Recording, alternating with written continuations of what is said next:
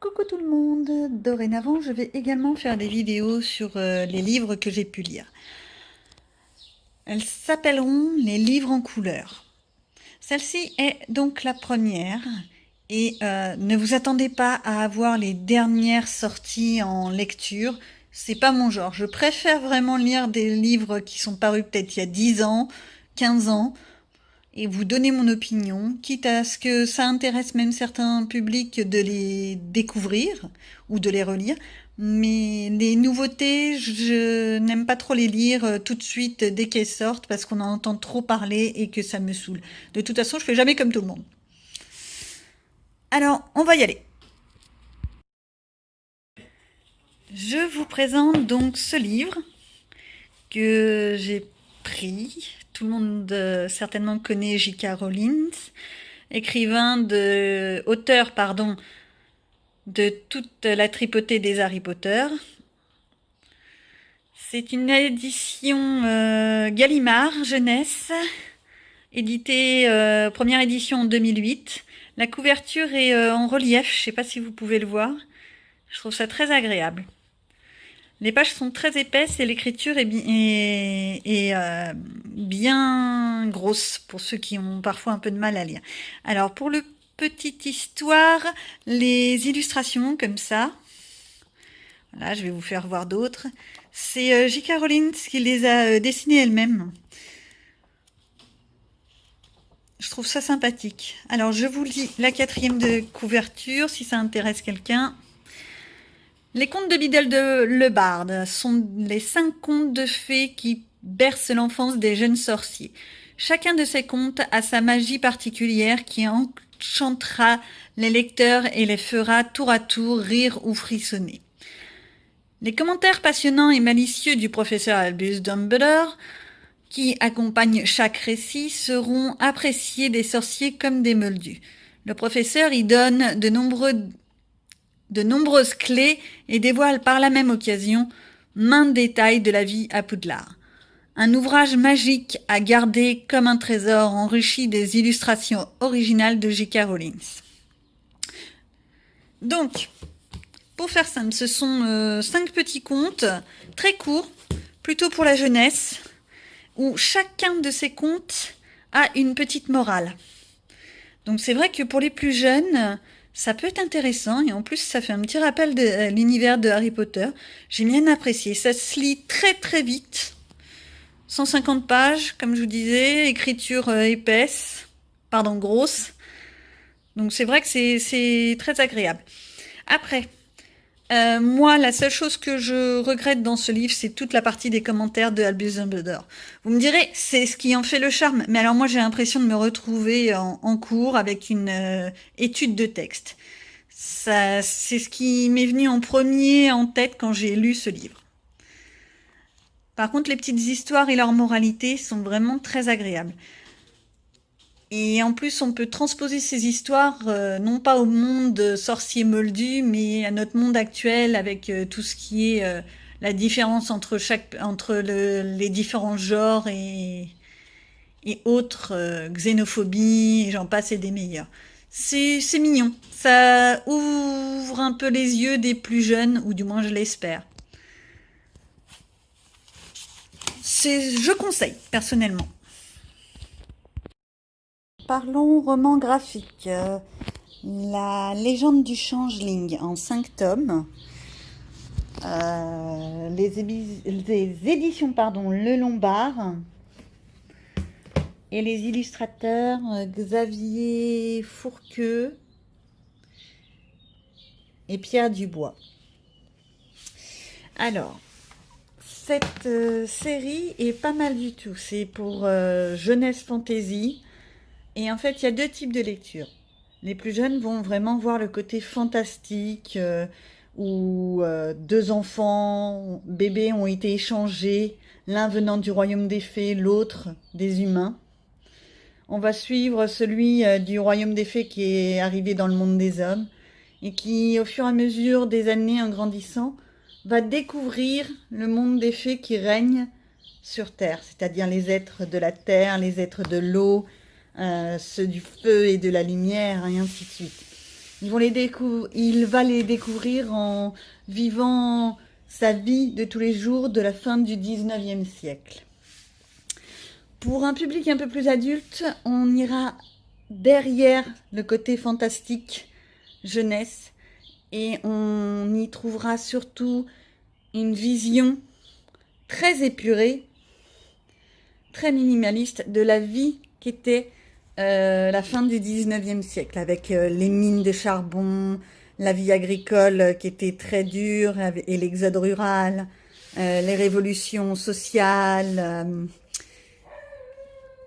ce genre de choses. Ces livres sont bien écrits. Les graphismes sont pas mal. La seule chose que moi je regrette, c'est que le côté fantasy, les êtres, les fées, les gnomes, les trolls, etc. Tout ça, c'est pas assez poussé. Mais en même temps, ce n'est que un roman graphique. Dans un roman fantasy de 500 pages, on peut décrire beaucoup plus, on peut parler beaucoup plus de dragons et autres personnages. Là, dans un roman graphique de 50 pages chaque tome, on peut pas forcément aller très loin dans les détails. C'est la seule chose que je regrette. Sinon, on s'attache à ce petit personnage, Scrubby, et c'est distrayant. Je les ai lus en une soirée, ça vous donne l'idée, sachant que je lis plus très vite. Voilou. Reborn de Thierry Robert Recht aux éditions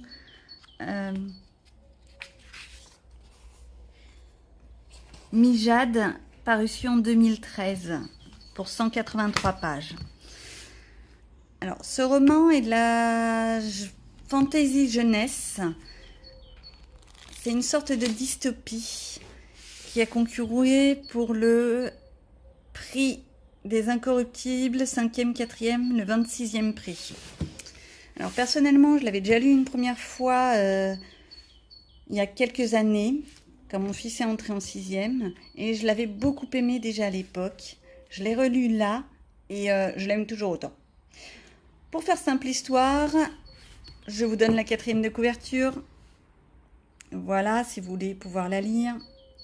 Mais pour faire simple, la Terre est en train de se détruire petit à petit avec la montée des flots. L'être humain essaye de s'en sortir, non pas en sauvant la planète, c'est trop tard, mais en allant coloniser une autre planète. Les riches sur-riches et les politiciens créent la possibilité d'aller sur une nouvelle planète qu'ils nomment Reborn. Les premiers immigrants sont bien sûr les riches, une fois de plus, et le petit peuple ou le commun des mortels, lui, au bout d'un certain temps, va être interdit d'accès. D'où l'arrivée ensuite des passeurs et des migrants, le problème de l'immigration sur la nouvelle planète où forcément ils ne sont pas les bienvenus et donc sont refoulés ou parqués dans des camps. Et dans cette histoire, en fait, on va voir l'histoire de Chong, un Vietnamien qui a perdu tout vu que le Vietnam a été enseveli sous les eaux comme les 3/4 de la Terre. Qui est arrivé sur la planète avec ses parents. Ils essayent de s'enfuir du camp de migrants et ses parents se font rattraper. Pour laisser la possibilité à leur fils d'avoir une nouvelle vie, ils l'enjoignent à se sauver, à courir et à fuir. Donc ce livre va en fait relater toutes les petites aventures de ce personnage Chong. Sous un contexte d'enquête policière, avec un fond de xénophobie, bien entendu, l'être humain est toujours pareil, de différences sociales et de fantaisie, vu qu'on est vraiment dans un nouveau monde, une nouvelle planète. C'est intéressant à lire, je vous le conseille vivement. Pour une fois, c'est un livre qui est dans les Incorruptibles que j'ai vraiment beaucoup aimé. Il y en a comme ça plusieurs dont je vous ferai la présentation. Là où la montagne rejoint la lune, du 24e prix des Incorruptibles pour les âges 11-12 ans, édition Bayard Jeunesse. C'est l'histoire d'une petite fille qui vit en Asie, a priori, avec ses parents dans une maison très pauvre. Ils travaillent très dur tous les trois et vivent dans des conditions assez pauvres. La maman est toujours en train de souffler, en train de se plaindre, elle voudrait avoir plus, toujours plus. Et Minli, pour rendre heureuse sa maman, décide d'aller chercher l'homme de la lune, le vieil homme de la lune, pour lui poser la question de savoir comment faire pour que sa maman soit plus heureuse. Et elle va vivre plein d'aventures, rencontrer un dragon, rencontrer des gens formidables. Et en fait, ce qui est génial dans ce livre, c'est que c'est une sorte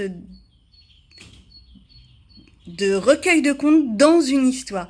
C'est-à-dire, par exemple, là vous avez donc l'histoire, hop, hop, hop, forcément je ne vais pas trouver, forcément. Il y a des, comme vous voyez, il y a des illustrations qui sont magnifiques. Et hop, voilà, c'est ça que je voulais dire.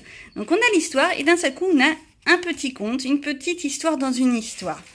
C'est très intéressant et je trouve que c'est vraiment pour le jeune public, c'est pas mal du tout. J'ai adoré le lire, je l'ai dévoré très rapidement et la couverture est vraiment magnifique. On le voit pas trop mais elle est un peu gaufrée sur le personnage. C'est adorable. Voilà pour celui-là.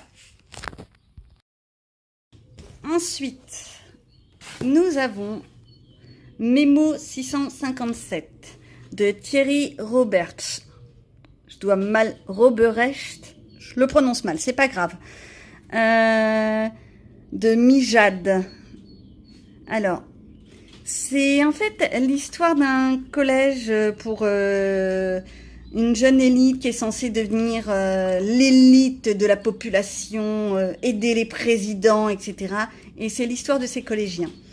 Au début, ça commence un petit peu comme une enquête policière où il y a un ancien élève qui débarque et qui incite Jonas, notre héros de cette petite histoire, à chercher un fichier informatique. Il va le trouver et en fait, à partir de là, ils vont découvrir plein de choses sur ce fameux collège et sur leur propre identité. Parce que bizarrement, ils sont tous adoptés. Je ne vais pas vous raconter l'histoire, mais enfin bon, à la fin, je trouve que ça a une petite moralité comme quoi la différence, faut l'accepter et que ça sert à rien de se battre contre. Moi, c'est comme ça que je l'ai interprété. Après, chacun de son interprétation. Et pour ce petit livre de quoi 150 pages, ça se lit en quoi une soirée à peine. C'est très intéressant pour les jeunes, pour les ados, jeunes ados. Et vraiment, l'histoire est pas mal. Je le conseille fortement.